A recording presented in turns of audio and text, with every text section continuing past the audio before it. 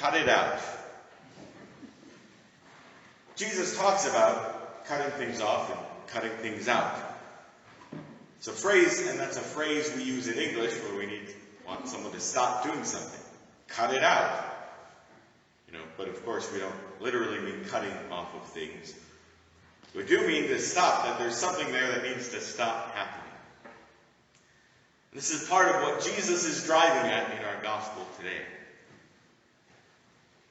But to understand, I think, what Jesus is trying to drive at when he talks about cutting off hands and feet, now, it's helpful to understand this story, this particular gospel reading, in the context of the unfolding narrative in the Gospel of Mark. Because Jesus says this same thing in other Gospels that are sort of in different contexts, that have different, where he applies different things. But the reading we have today in Mark is taking place shortly after the Transfiguration. So Jesus took Peter, James, and John up the mountain and left the other 9 disciples down at the bottom of the mountain. They didn't get to come.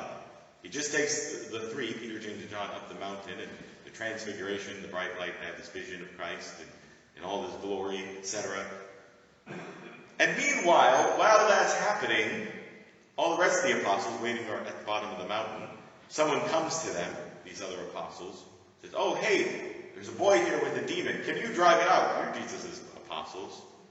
They're like, "Oh, yeah, sure, we can do it." And then they're not able to do it. And so Jesus comes back down the mountain with Peter, James, and John, and he has to do it. And then right after then, they start continuing their journey, slowly moving towards Jerusalem. And what are the apostles arguing about? As we heard last week, they're arguing about who among them is the greatest. And that didn't just drop out of the sky.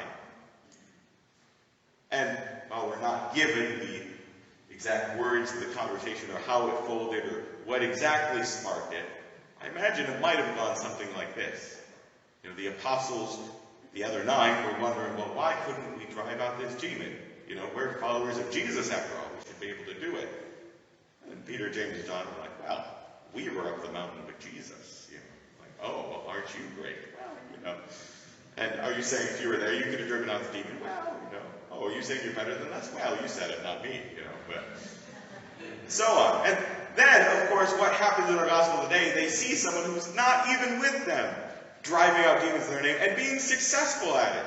And what do? They go and stop them. Cut it out. Knock it off. You're not one of us. We're followers of Jesus. And then this guy's being successful. And later, shortly after this, we'll see that then James and John, continuing this whole who's greatest among them, they pull Jesus aside, and then they say to Jesus, quietly but loud enough for all the rest of the apostles to hear, "Jesus, of course, when you raise in glory, we're going to sit at your right and left, right?" And I imagine Peter over there being like, "Hey, what about me? I was the one who got to go up the mountain with you guys." Well, Jesus, we're going to sit at your right and left in glory, right? And so, in this context of sort of this ongoing bickering of the apostles, where we really begin to see the humanity of the apostles drawn out, of their struggles with selfishness and pride and pettiness and jealousy, things that, while we don't like to admit it, we all probably struggle with on some level. It's in this context that Jesus says this parable. If your hand causes you to sin, cut it off. If your foot causes you to sin, cut it off. If your eye causes you to sin, pluck it out. That I think in this context, Jesus is really trying to drive at and get them to cut out selfishness and pride. And that there's implications of this, specifically for love of God and love of neighbor. First of all, with love of God. As we grow and mature as human beings, of course, the natural direction we go is we grow more and more independent. We start off as little children, dependent on our parents for everything, and eventually we grow more self-sufficient, independent. We move out, we become self-sufficient, start our own home and family. And that's a good and healthy maturing for people, for us as human beings. But maturing in the spiritual life is sort of the inverse of that. It moves in the opposite direction. That as one grows and matures in the spiritual life, it's about becoming more and more dependent upon God. Growing more and more in that childlike trust of God. Trusting more and more that God is a good Father who provides for my every needs. As a little child. And Jesus keeps trying to communicate this to the disciples, where twice they have interactions with children, where Jesus says to them, before and after our reading today, look at this little child. The kingdom of heaven belongs to such as these. Take a lesson from the little children.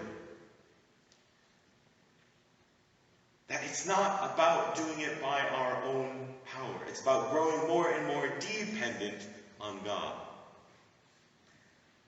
I preached a couple of weeks ago about how we're really able to allow God to work when we finally realize our own limitations, weaknesses, and failures.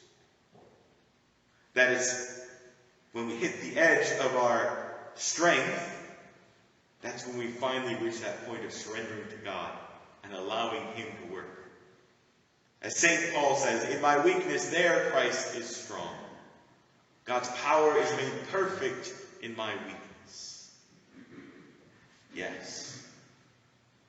It reminds me of a Kishi Habilani sign that I like that has a quote on it that says, what is it? Adventure or life begins at the edge of my comfort zone. And so too with our weaknesses and limitations.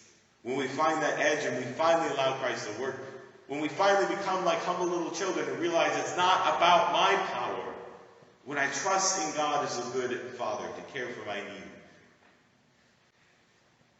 that's growing in the spiritual life. And perhaps, part of the reason the apostles, the 9, weren't able to drive out the demon is because they made it too much about them. We can drive out this demon. We're followers of Jesus. And Jesus says, no. Demons can only be driven out by prayer and sometimes fasting. Specifically, by that meaning that it's not by your power, but it's by the power of God. Prayer, turning to God again. It's not about you. Cut it out. It's better to make yourself like a humble child. Cut off your hand and foot where you have to depend on others, where you become helpless and needy. And that's a better way to enter the kingdom of heaven. The kingdom of heaven belongs to such as these little children. So if your hand or foot cause you to sin, if your eye cause you to sin, if you make it all about you, depend on your power, cut it out. Because it's not about your power. It's about the power of God that flows from His goodness. So there's implications of the love of God, and secondly, also of love of neighbor. As we were talking about, it's all about the disciples keep making it too much about themselves, and that fuels their pettiness, their anger, their jealousy.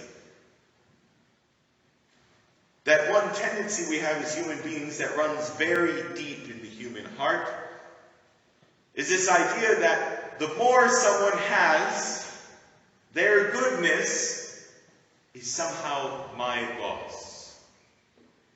That someone else's goodness, success, blessing is somehow my loss. That the more they have, the more I lose.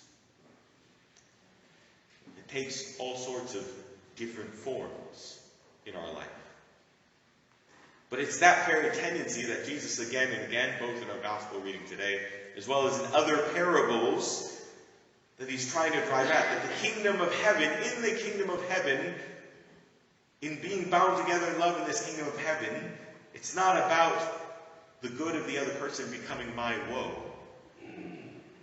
But rather, it's moving to this place in this communion of love, of stop looking at ourselves, but when we truly live in love, that the good, the blessing of this other person in their life becomes my joy.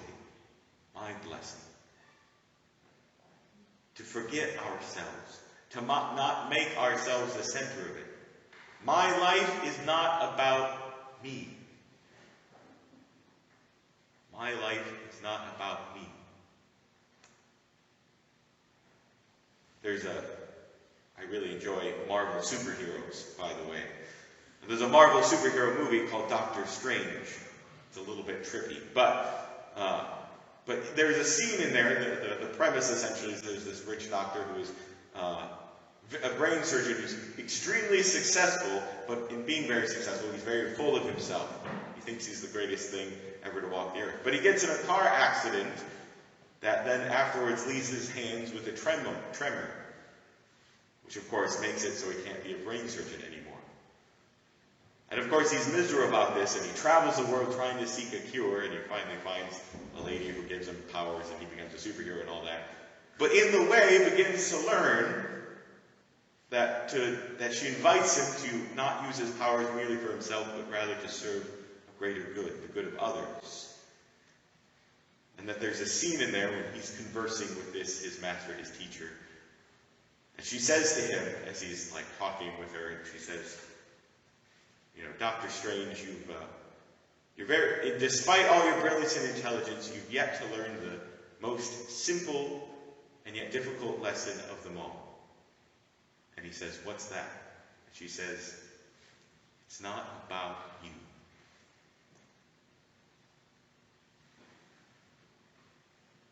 And so, part of where we're invited to live as we continue to follow Christ as Christians is more and more for ourselves to be displaced from the center of our lives.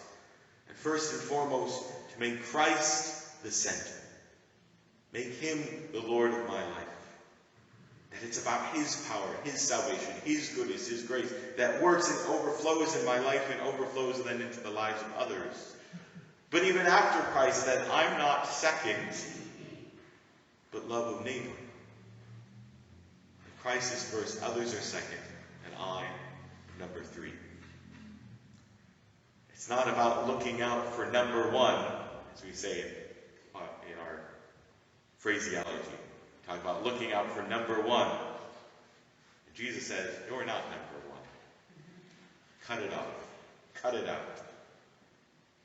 God is first. Others are second, so I third. Or as Jesus says in the greatest commandment, what is the greatest of all the commandments? What summarizes everything He's trying to say? Love God with all your heart, all your mind, all your soul, and all your strength. And the second is like it, connected to it, flows from it. Love your neighbor. And thirdly, as yourself. If your hand causes you to sin, cut it off. If your eye causes you to sin, pluck it out. That it's not about me. And that's what Jesus is trying to communicate to the disciples and so to us. Walk with Him, to surrender that it's about His power and love. To look to others, that their success becomes my joy. So to work for the good of others. Love God with all your heart, mind, soul, and strength, and love your neighbor as yourself. Amen.